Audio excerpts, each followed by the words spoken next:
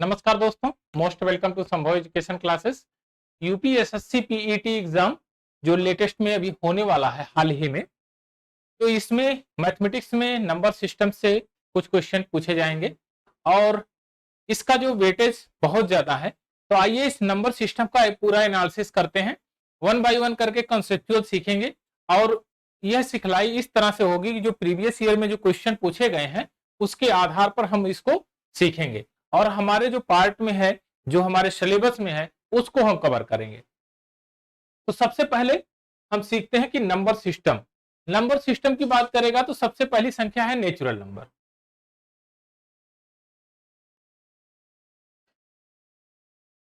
Natural number जिसको आप प्राकृतिक संख्या कहते हैं, प्राकृत संख्या। जनरल डाटा इसका समझेंगे ताकि हमारे जो भी एग्जाम में कोई भी क्वेश्चन आए वो उस हमसे छूटा ना जाए और उसको हम लोग बढ़िया से सॉल्व कर सकें। तो रहता है सबसे पहला है नंबर सिस्टम। नंबर सिस्टम किसको कहते हैं? जिससे हम किसी की गणना कर सके, काउंटिंग कर सके। तो काउंटिंग करने के लिए कौन सा नंबर होगा? तो आप कहेंगे जैसे हमने कहा कि हमारे पास 1 फिंगर है, 2 फिंगर, 3 फिंगर, 4 फिंगर, 5 फिंगर। तो क्या आपने कहा कि क्या 0 फिंगर है? आप कहें जीरो तो कोई काउंटिंग नंबर है ही नहीं, तो काउंटिंग नंबर जो शुरू होगा वह 1 से होगा। 1, 2, 3, 4, 5 और ये कहां तक जाएगा? इनफाइनाइट तक। तो पहली सबसे छोटी काउंटिंग नंबर, सबसे छोटी सबसे छोटी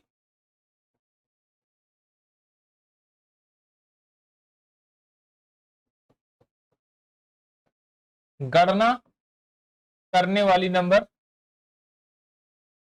सबसे छोटी गणना करने वाली संख्या 1 है। और सबसे बड़ी की अगर बात करें तो आप कहेंगे सबसे बड़ी पता नहीं किया जा सकता, पता नहीं लगाया जा सकता।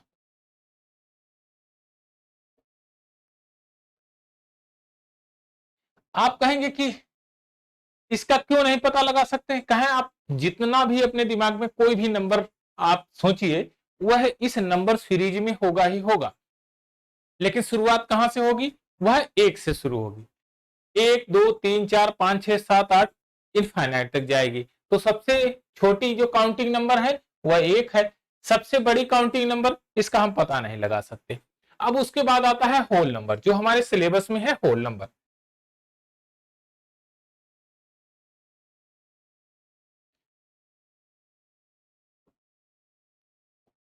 पूर्ण संख्या जिसको आप कहते हैं होल नंबर।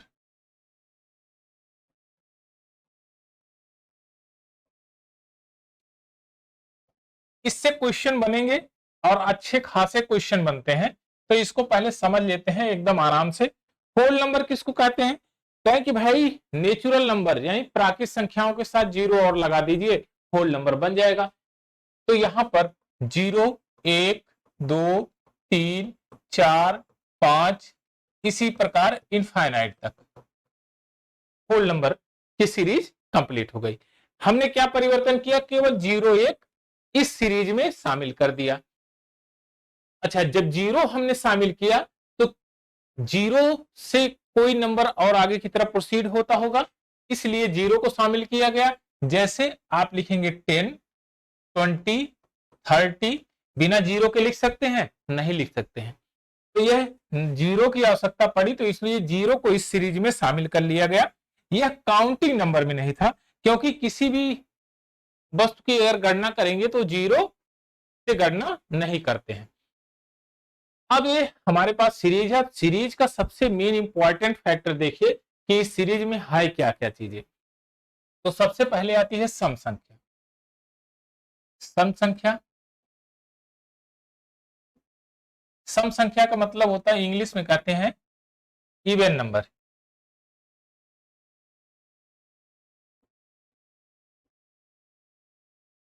इवन नंबर, सम संख्याएं वे संख्याएं होती हैं जो 2 से कट जाएं। वे संख्याएं जो 2 से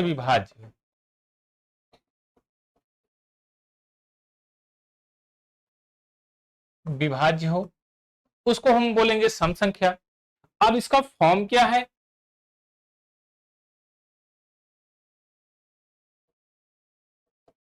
2 के फॉर्म। अगर एक लाइन में आप कहना चाहें कि इसको कैसे लिख सकते हैं तो कहा है आप कह दीजिए 2 के फॉर्म में लिख दीजिए और के कुछ आप इंटीजर पुट कर दीजिए कि कोई पूर्णांक हो, के कोई पूर्णांक रख दीजिए, बात बन जाएगी। अब मामला अब देखिएगा ध्यान से, अब यहां पर टर्निंग पॉइंट होगा। आपने कहा कि के को मैं कुछ भी पुट करूं तो आपका दिमाग जाएगा कि लो 0 पुट कर देता हूं, तो आप कहेंगे 2 इंटू 0 इज इक्वल टू 0। क्या 0 इवन नंबर है? कहें हाँ, यह सिद्धांत प्रूव्ड हो रहा है कि अगर के को आप कोई इंटीजर पुट करेंगे यानी कोई भी पूर्णांक पुट करेंगे तो उसका रिजल्ट जो आएगा वह ऑलवेज इवन नंबर होगा। आपने कहा ठीक है, तो यह भी एक सम संख्या है, यानी कि 0 एक सम संख्या है, सम संख्या। बात समझ में आई आपके? चलिए, अगर इतनी बात समझ में आई होगी तो आपका एक पॉइंट बहुत बेहतरीन कंप्लीट हुआ कि 0 एक सम संख्या है। अब आपने कहा कि 0 के अलावा हमने 2k की जगह हमने 3 पुट कर लिया तो रिजल्ट कितना आएगा? 6। क्या 6 से ये परफेक्टली डिविजिबल है? आप कहेंगे हाँ 6 तो 2 से परफेक्टली डिविजिबल है। क्यों? क्योंकि यह इसका एक फैक्टर है और जब किसी भी संख्या का फैक्टर कोई रहेगा तो वह संख्या उस अपने फैक्टर से परफेक्टली डिवाइड होगी, पूर्णतः कट जाएगी। चलिए, यह चीज तो समझ लिया आपने। अब आया विषम संख्या। विषम संख्याएं किसको कहते हैं? अच्छा, इसके कुछ और कंपोनेंट भी देख लेते हैं। तो पहली सम संख्या 0, दूसरी 2, फिर 4, फिर इसी प्रकार से आगे बढ़ती चली जाएगी। अभी और प्रॉपर्टी देखेंगे। फिर आता है विषम संख्या। विषम संख्या, विषम संख्या किसको कहते हैं? कहेंगे ओड नंबर। वे संख्याएं जो 2 से ना कटे, वे संख्याएं जो 2 से पूर्णतः ना विभाजित हो,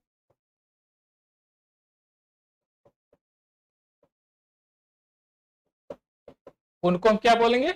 उनको हम ओड नंबर बोलेंगे, यानी विषम संख्या बोलेंगे। अच्छा, इसका भी कोई फॉर्म होगा? आप कहेंगे हाँ, इसका भी एक फॉर्म है 2k plus minus 1। 2k plus minus 1 में के कुछ भी रखिए आप इंटीजर के रूप में है, के एक पूर्णांक है, कुछ भी पुट करिए, आप कहेंगे कि ये संख्याएं जो है ओड नंबर बनेगी अर्थात विषम संख्या बनेगी। तो विषम संख्या की कौन कौन सी होगी? तो आप कहेंगे कि चलो ठीक है, हमने इस बार भी 0 मान लिया, अब हमने इस बार भी 0 मान लिया तो कहें ठीक है 2 इंटू 0 प्लस 1, तो रिजल्ट कितना आएगा? 0 प्लस 1 इज इक्वल टू 1। अब 2 इंटू 0 माइनस 1 रख दिया हमने तो 0 minus 1 is equal to minus 1। तो आप देखिए ध्यान से कि 1 क्या है? ओड नंबर है। 3 क्या है? ओड नंबर है। तो ओड नंबर की सीरीज लिखना चाहें तो हम कैसे लिखेंगे?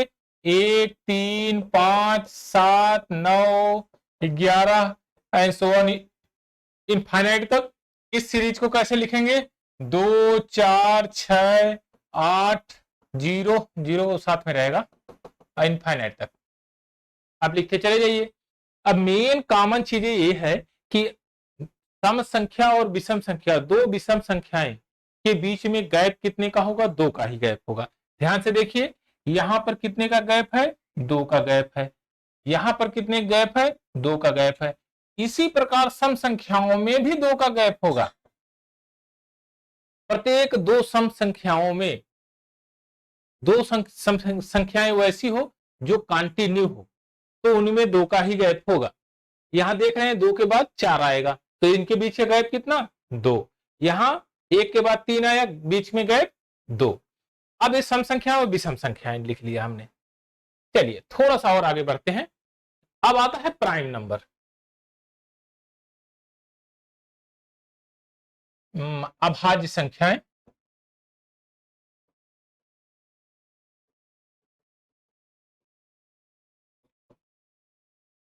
जिसको आप बोलते हैं प्राइम नंबर।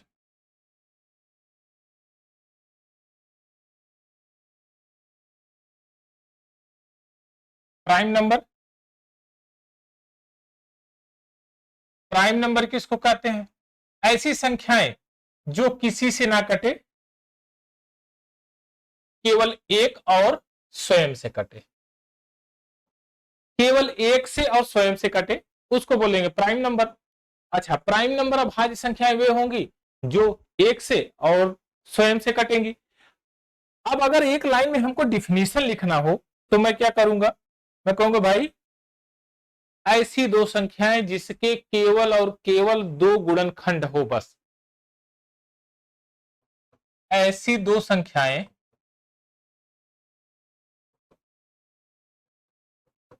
जिसके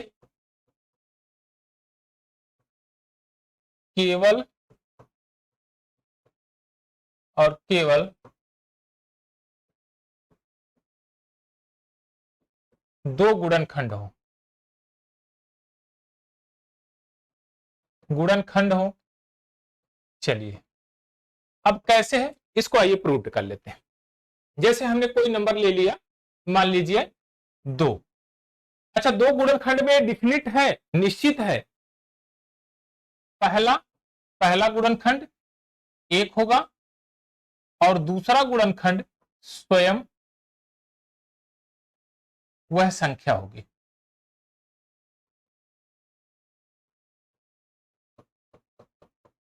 पहला गुणनखंड क्या होगा, 1 होगा, तो दूसरा गुणनखंड क्या होगा, वह संख्या होगी।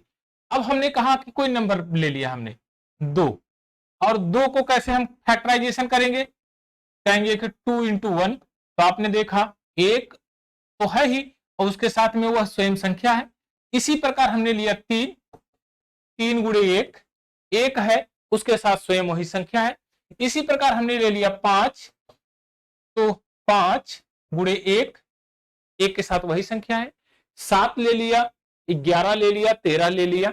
अच्छा, अब आपने कहा सीधे एक लाइन में केवल और केवल दो गुणनखंड होने चाहिए, तो वो संख्याएं प्राइम होंगी। कहेंगे ठीक है, प्राइम संख्याओं का फॉर्म क्या होगा, तो आप इसका फॉर्मेशन देख लीजिए, 6k प्लस माइनस 1 यह फॉर्म होता है, प्रत्येक प्राइम नंबर्स का फॉर्म होता है। लेकिन ध्यान में रखना है ये प्रत्येक प्राइम नंबर का है, प्रत्येक अभाज्य संख्या,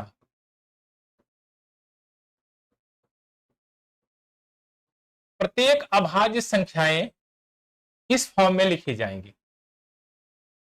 यानी कि कोई भी अभाज्य संख्या आप लिख रहे हैं, अब आप 3 को जब कैलकुलेशन करिएगा तो इसी फॉर्मेशन में आएगा, अभी बताएंगे इसको। 3 भी आएगा, 5 भी आएगा, सारी संख्याएं आएंगी। प्रत्येक अभाज्य संख्याएं इसी रूप में लिखी जाएगी, इसी रूप में ही लिखी जाएगी। लेकिन अगर कोई संख्या इसी रूप में लिखी गई है तो वह अभाज्य संख्या नहीं होगी। यह जरूरी नहीं है कि वह अभाज्य संख्या हो। यदि नोट में लिख लीजिएगा, नोट हम लिख देते हैं यहां पर, यह आपको पीडीएफ के फॉर्म में भी मिल जाएगी। आपको टेलीग्राम ग्रुप पे इसको हम पीडीएफ फॉर्म में भी डाल देंगे नोट। यदि कोई संख्या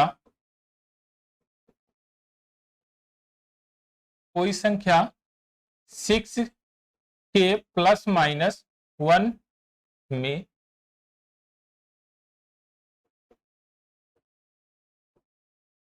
के रूप में लिखी गई है, लिखी गई हो, तो वह अभाज्य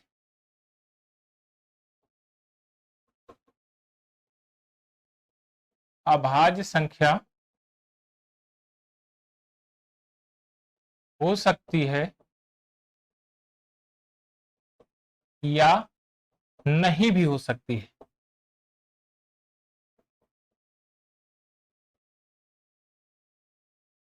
सकती है। अब आपने देखा कि कोई भी संख्या अगर 6k प्लस माइनस 1 में लिखी गई है तो वह अभाज्य संख्या हो भी सकती है, नहीं भी हो सकती है, लेकिन प्रत्येक अभाज्य संख्या इस फॉर्म में ही लिखी जाएगी।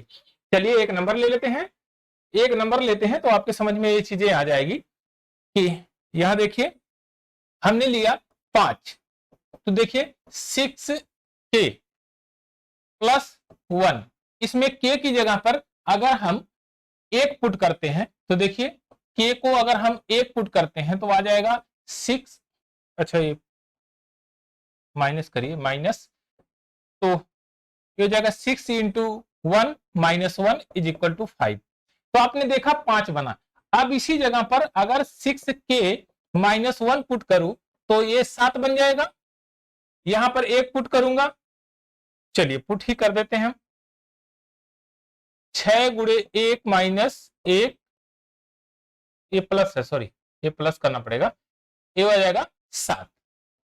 तो आपने देखा ये दोनों फॉर्मेशन ये प्राइम नंबर का ही बन रहा है। लेकिन अगर मैं कहूं कि भाई इस बार हमने 25 को ले लिया, 25 को कैसे लिखेंगे, 6 चौक 24 प्लस 1, इस तरह से लिख सकते हैं। क्या यह प्राइम नंबर है, कहेंगे नहीं ये तो कंपोजिट नंबर है, ये प्राइम नंबर बन ही नहीं सकता।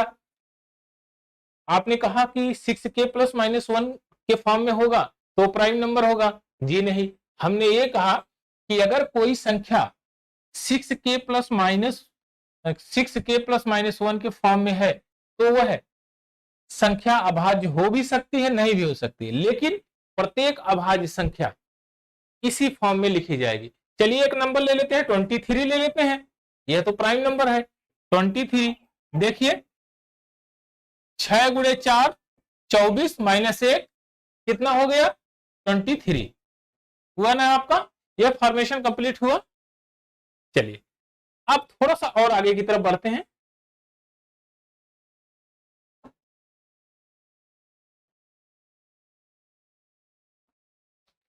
अब आता है कंपोजिट नंबर। कंपोजिट नंबर मतलब भाज्य संख्याएं।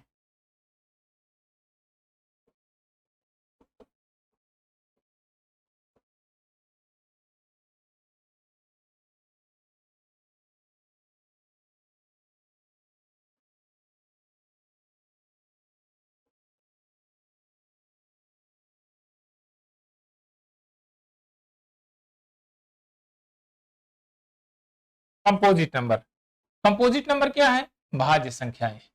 भाज्य संख्याएं वे संख्याएं होती हैं जिसके 2 से अधिक फैक्टर हो। बस एक दिमाग में अपने बैठा लीजिए, भाज्य संख्याएं वे होती हैं जो जिसके 2 से अधिक फैक्टर हो। कटने उठने वाला सिस्टम छोड़िए, वह तो स्वयं से कटेगी और एक से भी कटेगी और तीसरी एक अन्य संख्या से कटेगी। तो हमने एक लाइन में कहा कि ऐसी संख्या जिसके 2 से अधिक फैक्टर हो, ऐसी संख्या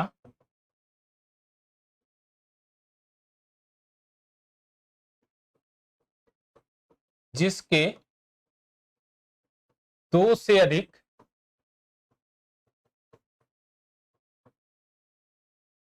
गुणनखंड हो, गुणनखंड हो, ऐसी संख्या जिसके 2 से अधिक गुणनखंड हो। तो हमने ले लिया कोई नंबर, आप ले लीजिए, जैसे आपने ले लिया 25, तो देखिए इसके अगर फैक्टराइजेशन करेंगे तो कितना होगा, 25 5 से काटिए, पंचम 25, फिर 5 से काटिए 1, तो इसको कैसे लिख सकते हैं हम, इसको लिख सकते हैं 5 गुणे 5 गुणे 1, इस तरह से लिख सकते हैं। कितने फैक्टर हुए, 3। अच्छा अगर हमने कहा कि आप 28 को ले लीजिए, 28 को, फिर 28 का जब फैक्टराइजेशन करेंगे तो 28 2 से काटेंगे 14 हो जाएगा, 2 से काटेंगे 7, फिर 2 से काटेंगे तो नहीं कटेगा, 7 से काटना पड़ेगा 1। अब यहां पर इसके फैक्टर बने 2 × 2 × 7 × 1। तो आपने देखा कि इसके कितने फैक्टर बने, 2 से अधिक फैक्टर बने। तो ये कौन सी संख्या होगी, कंपोजिट नंबर होगी। कंपोजिट नंबर वे संख्याएं होती हैं, भाज्य संख्याएं वे होती हैं जो अपने और एक के अलावा किसी अन्य संख्या से कट जाए, तो उसको बोलेंगे हम ये भाज्य संख्याएं हैं, कंपोजिट नंबर है। अब इसमें और जो स्मरणीय तथ्य हैं उनको नोट डाउन कर लेते हैं कि प्राइम नंबर और कंपोजिट नंबर में, तो देखिए सबसे इंपॉर्टेंट ये है कि संख्या 2 सम अभाज्य संख्या है। इसको नोट डाउन कर लीजिएगा, सम अभाज्य संख्या है।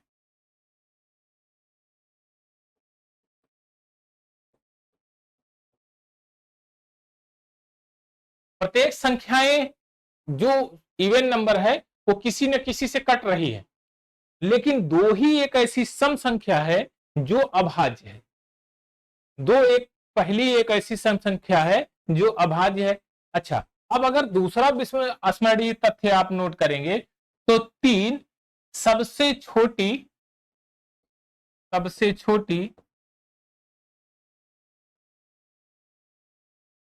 अभाज्य संख्या है, विषम अभाज्य संख्या है, विषम अभाज्य संख्या है। अब आइए तीसरा तथ्य देखते हैं, एक ना ही भाज्य है ना ही अभाज्य है।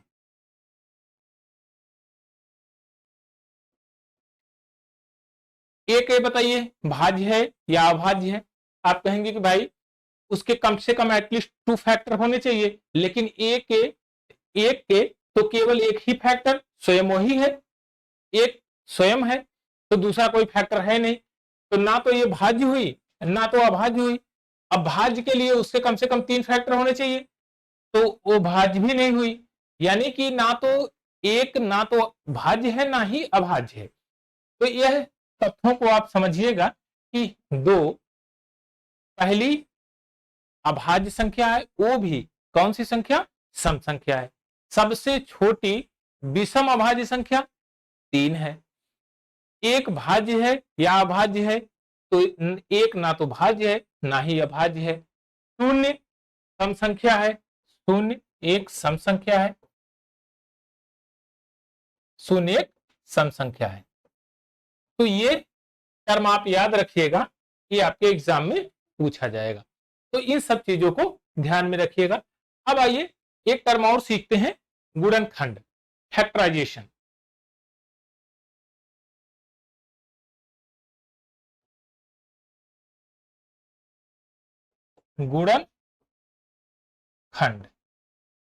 गुणनखंड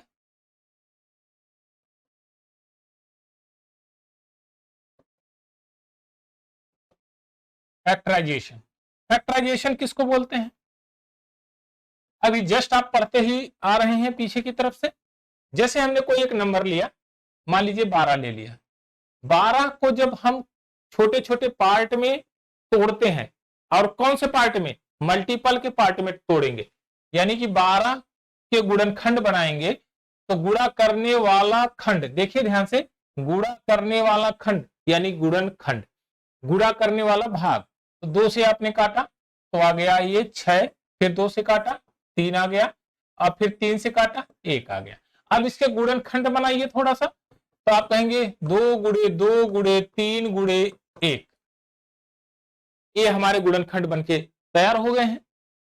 अच्छा, अगर मैं कहूं कि इसके कितने गुणनखंड बनेंगे, कितने नंबर ऑफ फैक्टर्स बनेंगे, कितने नंबर ऑफ फैक्टर्स बनेंगे जिससे यह संख्या परफेक्टली डिवाइड हो, आप ये बताइए कि 2 से इसको डिवाइड कर सकते हैं, कहें हाँ कर सकते हैं, 3 से कर सकते हैं, हाँ, 1 से कर सकते हैं, हाँ कर सकते हैं। तो आप ये बताइए कि 4 से कर सकते हैं, हाँ कर सकते हैं।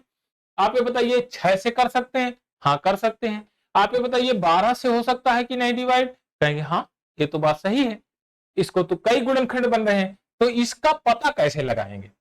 अब गुणनखंड तो हमने समझ लिया, लेकिन गुणनखंडों का पता कैसे लगाएंगे। आइए एकदम सरल तरीके में समझते हैं कि गुणनखंड का पता कैसे लगाएंगे। सबसे पहले क्या करना है, इसके प्राइम फैक्टराइजेशन करना है, अभाज्य गुणनखंड करना है। कौन सा, अभाज्य गुणनखंड, यानी प्राइम फैक्टराइजेशन के रूप में इसको तोड़ लेना है। अच्छा, प्राइम कैसे बनेगा, तो आप कहेंगे सर इसका बेस वैल्यू को प्राइम बना देंगे, तो 2 की पावर 2 रख दीजिए और 3 रख दीजिए। बात कंफर्म है, कहेंगे हाँ ये तो बन गया, क्योंकि बेस में अभाज्य संख्या हो ही गई, ऊपर घात कितनी भी लगाइए कोई दिक्कत नहीं।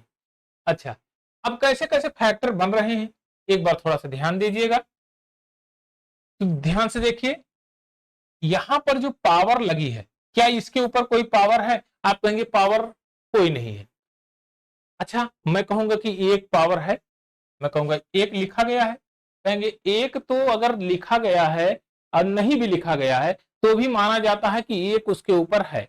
जैसे हमने 7 लिख दिया, तो 7 के ऊपर अगर पावर 1 लगाएंगे, घात 1 लगाएंगे, तो इसका मतलब भाई 7 स्वयं है, तो 1 लगाने का कोई मतलब है नहीं। लेकिन अगर 7 के ऊपर 2 लगाएंगे घात, तो इसका मतलब 7 गुणे 7 है, लेकिन मामला बदल जाएगा, 49 हो जाएगा। तो इसके मान में परिवर्तन हो रहा है, इसलिए पावर को हम लगाते हैं, डिनोट करते हैं, लेकिन इसके मान में कोई परिवर्तन नहीं हो रहा है, इसलिए पावर को हम नहीं लगाते हैं। आई होप कि ये फंडा आपका क्लियर होगा, ये बात समझ में आई होगी। अब देखिए इसके कैसे पता करेंगे कि यह इसके कितने फैक्टर हैं। तो ये जो घात है, पावर यहां पर लिख देते हैं, घात प्लस 1 इंटू घात प्लस 1, बस जितने प्राइम नंबर हैं उनकी जो घात है प्लस 1 करके मल्टीप्लाई कर दीजिए, नंबर ऑफ फैक्टर्स आ जाएंगे, गुणनखंडों की संख्या, खंडों की संख्या, यह आपका गुणनखंडों की संख्या हो गई।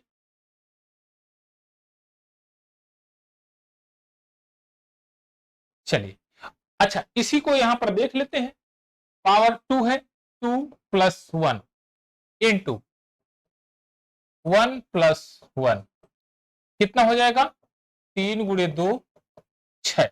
कितने नंबर ऑफ फैक्टर हुए, 6। अच्छा, अभी अगर फिर दिमाग में बैठा कि भाई ऐसा है ना गुरुजी, बतिया कुछ समझ में नहीं आई, थोड़ा सा और कंफर्म कर देते तो मजा आ जाता। तो आइए एकदम बेसिक से समझ लेते हैं, एकदम मामला आपका क्लियर हो जाएगा। चलिए इसको यहीं पर थोड़ा सा इसको मूवमेंट करा देते हैं, इधर लेकर आते हैं। चलिए अब यहां पर समझ लेते हैं, पूरा एकदम फंडा आपका क्लियर हो जाएगा, कोई दिक्कत है नहीं। हम कहेंगे कि भाई देखिए इसको कैसे लिख सकते हैं, आप कहेंगे 2 की पावर 0, फिर क्या लिख सकते हैं 2 की पावर 1, फिर क्या लिख सकते हैं 2 की पावर 3, हो गया ना। और यहां क्या लिख सकते हैं 3 की पावर 0, 3 की पावर 1, कहेंगे अरे ये कैसे 3 की पावर 0 कैसे आपने लिख दिया, ये इसका मतलब क्या है। कहें किसी भी संख्या की अगर पावर शून्य हो, किसी भी संख्या की पावर शून्य हो, तो उसका मतलब 1 होता है। आप ये बताइए कि अगर हमने 7 लिखा तो इसका मतलब 7 गुणे 1 लिखा है कि नहीं, कहेंगे हाँ। तो आप कहेंगे कि 1 से इसमें मल्टीप्लाई कर रहे हैं तो कोई परिवर्तन हो नहीं रहा है, इसलिए 1 नहीं लिखते हैं, 7 को डायरेक्ट लिखते हैं। अच्छा, यही सेम कंडीशन पावर में भी होती है।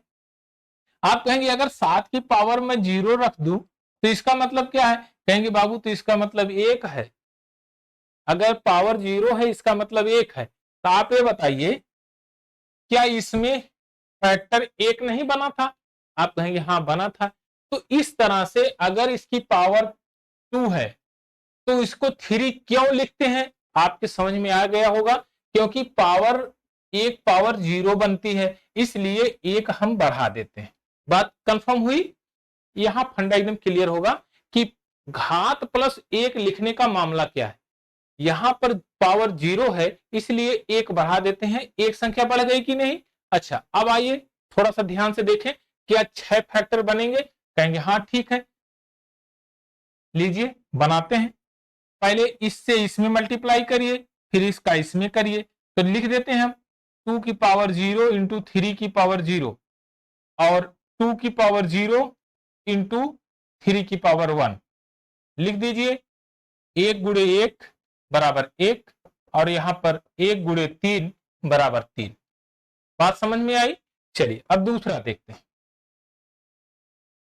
2 से इसमें करिए पहले और उसके बाद इसमें कीजिए।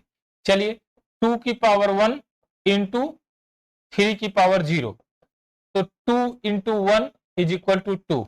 2 की पावर 1 इंटू 3 की power 1 is equal to 2 into 3 is equal to 6। अब आइए तीसरे को देखते हैं। 2 से इसमें गुणा करिए और उसके बाद 2 की पावर 3 से इसमें गुणा करिए। ओह 3 नहीं है, सॉरी, इसमें देखिए ये मिस्टेक है, इसको आप 2 बना लीजिए। 3 नहीं, ये 2 है, ये 2 है। चलिए अब 2 की पावर 2 गुणे 3 की पावर 0, तो ये हो जाएगा 4 गुणे 1 इज इक्वल टू 4। अब 2 की पावर 2 गुणे 3, तो 4 गुणे 3 इज इक्वल टू 12। आप काउंटिंग कर लीजिए कितने नंबर हैं।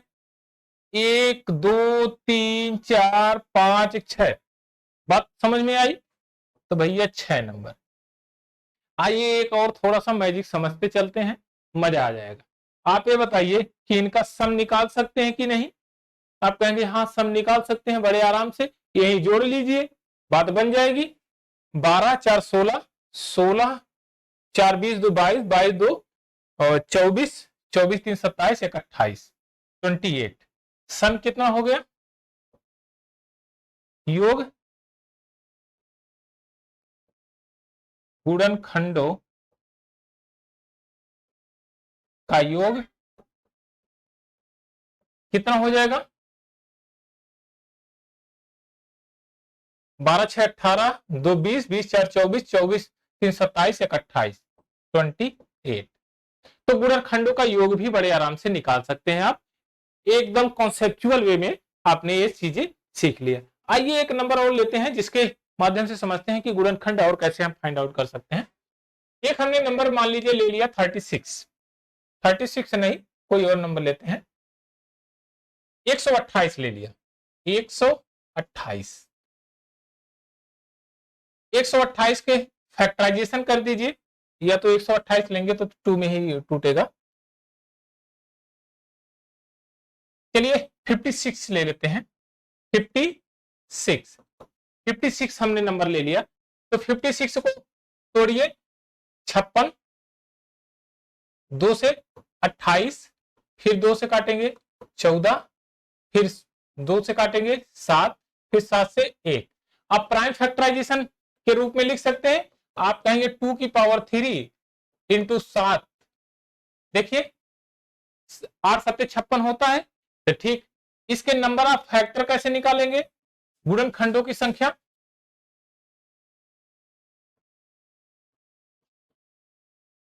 खंडों की संख्या, गुणनखंडों की संख्या कैसे निकालेंगे?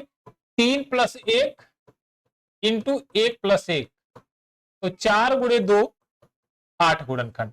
कितने नंबर ऑफ फैक्टर बने? 8। अब इसी प्रकार से अगर एक और नंबर हम ले लेते हैं, मान लीजिए 24, तो इसको क्या लिख सकते हैं?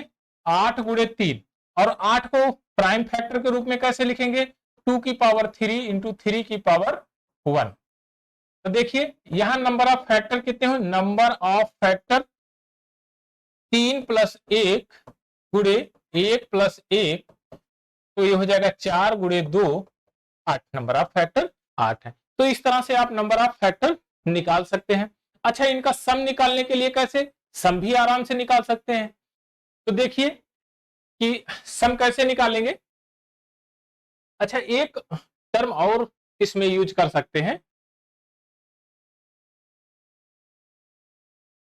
हाँ चलिए छोड़िए इसको। हाँ नंबर ऑफ फैक्टर निकल गया, अगर हम इसका सम निकालना चाहें योग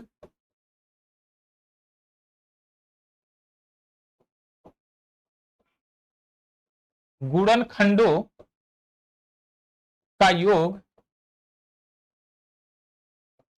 तो कैसे निकालेंगे? तो आप कहेंगे 2 की पावर 0, 2 की पावर 1, 2 की पावर 2 और 2 की पावर 3, यही है। और 3 की पावर 0 और 3 की पावर 1, 3 की पावर 1, यही है। चलिए अब यहीं से गुणा करते रहिए, लिखते रहिए। ध्यान से देखिए, 2 की पावर 0 से इसमें करेंगे तो 1 का 1 ही हो जाएगा। अब इसमें करेंगे तो ये आ जाएगा 3, 2 से इसमें करेंगे तो 2 होगा, और 2 से जब 3 में करेंगे तो 6 हो जाएगा। यहाँ 4 है, 4 से 1 में करेंगे तो 4 ही रहेगा, और 4 से 3 में करेंगे तो 12 हो जाएगा। 8 से 1 में करेंगे तो 8 रहेगा, 8 से 3 में करेंगे तो 24 हो जाएगा। अब देखिए ध्यान से, मिलाते रहिए। 24 36 10 40, और 40 40 4 44, 44 2 46, 46 3 49 50, तो कितना हो गया? 50, 50 इनका सम कितना हो गया? 50। अच्छा, अब एक कॉन्सेप्ट और समझिए, अभी आपके सारा फंडा इसमें क्लियर हो जाएगा, इससे ज्यादा आपसे पूछेगा नहीं और आपका एकदम काम क्लियर हो जाएगा। केवल एक और कॉन्सेप्ट समझ लीजिए तो आपका ये काम खत्म, इसका गेम ओवर। अब आता है कि अगर मैं कहूं कि इसमें ओड नंबर कितने होंगे, ओड मतलब है कि इसमें विषम संख्याएं कितनी होंगी, विषम गुणनखंड कितने होंगे। तो आप सबसे पहले लिखिए सम गुणनखंड, इसका पता लगा लेते हैं, और फिर विषम गुणनखंड। सम गुणनखंड के लिए क्या फॉर्मेशन था? यानी कि 2k के फॉर्म में लिखा हो, यानी कि 2 से किसी भी संख्या में गुणा करिए तो वो सम संख्या बन जाएगी। जैसे फॉर एग्जांपल 2 से 1 में गुणा करेंगे 2 हो जाएगा, 2 से अगर 3 में गुणा करेंगे 6 हो जाएगा। तो देखिए दोनों सम संख्याएं हैं। 2 से अगर 11 में गुणा करते हैं 22 हो जाएगा। तो ये सब संख्या सम संख्याएं हैं। लेकिन अगर दो विषम संख्याओं का गुणा करें, विषम संख्याएं 3 गुणे 3, तो इसका रिजल्ट क्या आएगा? आप कहेंगे कि अगर दोनों विषम हैं तो ये विषम ही आएगा, यानी कि 3 त्रिका 9, देखिए विषम आया। 3 गुणे 11 गुणे 11 करिए 121 आएगा, देखिए ये भी विषम है। तो यहां पर सबसे पहले देखेंगे सम संख्याएं कौन है। अब यही फॉर्मेशन रखा हुआ है, आप बनाने शुरू कर दीजिए, बन जाएगा। देखिए 2 की पावर 0, 2 की पावर 1, 2 की पावर 3, सॉरी 2, 2 की पावर 3, यही तो है, यहां पर देख रहे हैं। और इसको देखिए 3 की पावर 0, 3 की पावर 1। अब यहां देखिए आराम से, आप ये बताइए 2 की पावर 0 का मतलब क्या है? कहेंगे 1 है। अगर 1 तो विषम संख्या है, 1 से किसी में गुणा करिएगा क्या रिजल्ट आएगा? विषम ही आएगा। तो इसको यहीं से कैंसिल आउट, काम खत्म। अब कितनी संख्याएं बची हैं? 3, तो यहां रख दीजिए 3। इधर कितनी संख्याएं हैं? 2, तो कितनी सम संख्याएं बनेगी? सम गुणनखंड होंगे 6। अब इसमें देख लीजिए, काउंटिंग कीजिए। एक देखिए, 1 2 3 4 5 6, बात समझ में आई? 6 सम संख्याएं बन गई। अब देखिए, अब इतनी कितनी संख्याएं आई आपकी सम संख्याएं? 6, और टोटल संख्याएं कितनी है? 8। तो विषम संख्याएं आप निकाल सकते हैं, 8 - 6 = 2। अब ध्यान से देख लीजिए, यहां पर एक संख्या ये, एक संख्या ये। अच्छा, अब वहां से भी नहीं करना चाहते हैं तो इतना झमेला कौन पालेगा? चलिए हम दूसरा भी आइडिया बता देते हैं आपको। यहां पर देखिए, ये दोनों ओड है, विषम संख्याएं हैं, तो सीधे लिख दीजिए 2। बात क्लियर है? और यहीं पर है 2। कंफर्म हुआ? चलिए एक क्वेश्चन और लीजिए, फिर इस सेशन को एंड करेंगे। एक नंबर हम ले लेते हैं, मान लीजिए हमने ले लिया कोई नंबर 36 ले लिया, मान लीजिए 36 ले लिया।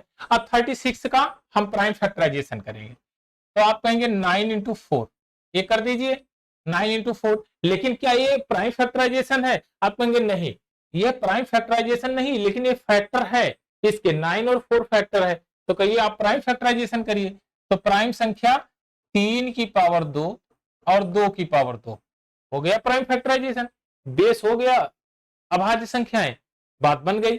अब यहां पर निकालना शुरू कर दीजिए कि सबसे पहले क्या निकालेंगे, गुणनखंडों की संख्या, गुणनखंडों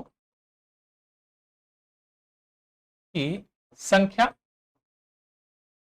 चलिए गुणनखंडों की संख्या 2 है, 2 + 1 कर देंगे, यहां पर 2 है 2 + 1 कर देंगे, और इसका गुणा कर देंगे 3 × 3 = 9।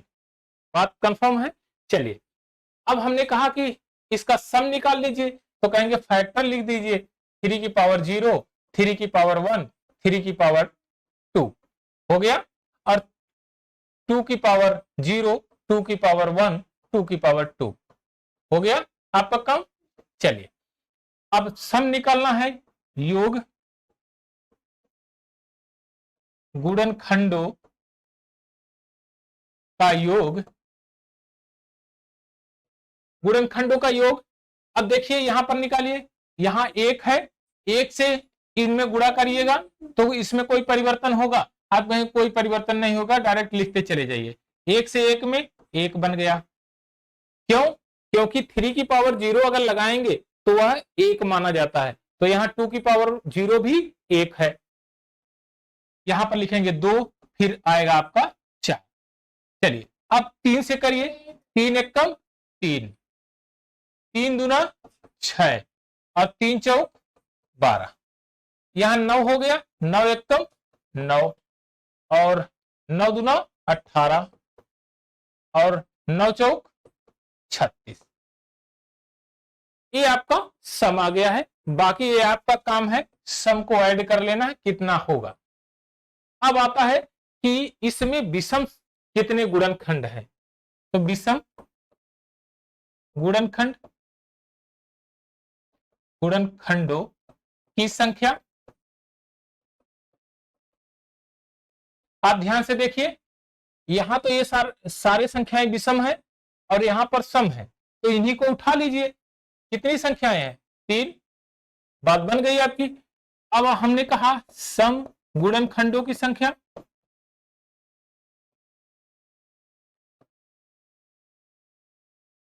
की संख्या, सम गुणनखंडों की संख्या कितनी होगी? कहेंगे सर एक काम करिए कि यहां पर 2 की पावर 0 को हटाइए, बाकी और तो सम है, क्योंकि यह विषम संख्या है, इसको कैंसिल कर दीजिए, काम खत्म, और बाकी को मल्टीप्लाई कर लीजिए। यहां कितनी संख्याएं हैं? 3, यहां कितनी संख्या बची है? 2, तो ये 6 होगी। अब ध्यान से देखिए 6 और 3 कितना है? 9 हुआ कि नहीं? और कितने इसके फैक्टर है, नंबर ऑफ फैक्टर 9। तो यहां तक का एक सेशन था। अब फिर नेक्स्ट सेशन में हम लोग और आगे की तरफ जितने भी क्वेश्चंस है उनको करेंगे, यूनिट प्लेस, यूनिट डिजिट, उसका सम, उन संख्याओं का और एब्रिविएशन करेंगे। इन सब तथ्यों को अगले सेशन में हम लोग सीखेंगे। यहां तक हमने ये सीख लिया कि गुणनखंडों के बारे में, तो इससे ज्यादा आपके एग्जाम में कोई पूछेगा नहीं। हालांकि इतना आप लगा लेंगे तो शायद जितना भी टिपिकल क्वेश्चन आएगा इसमें उसको आप आराम से सॉल्व कर सकते हैं।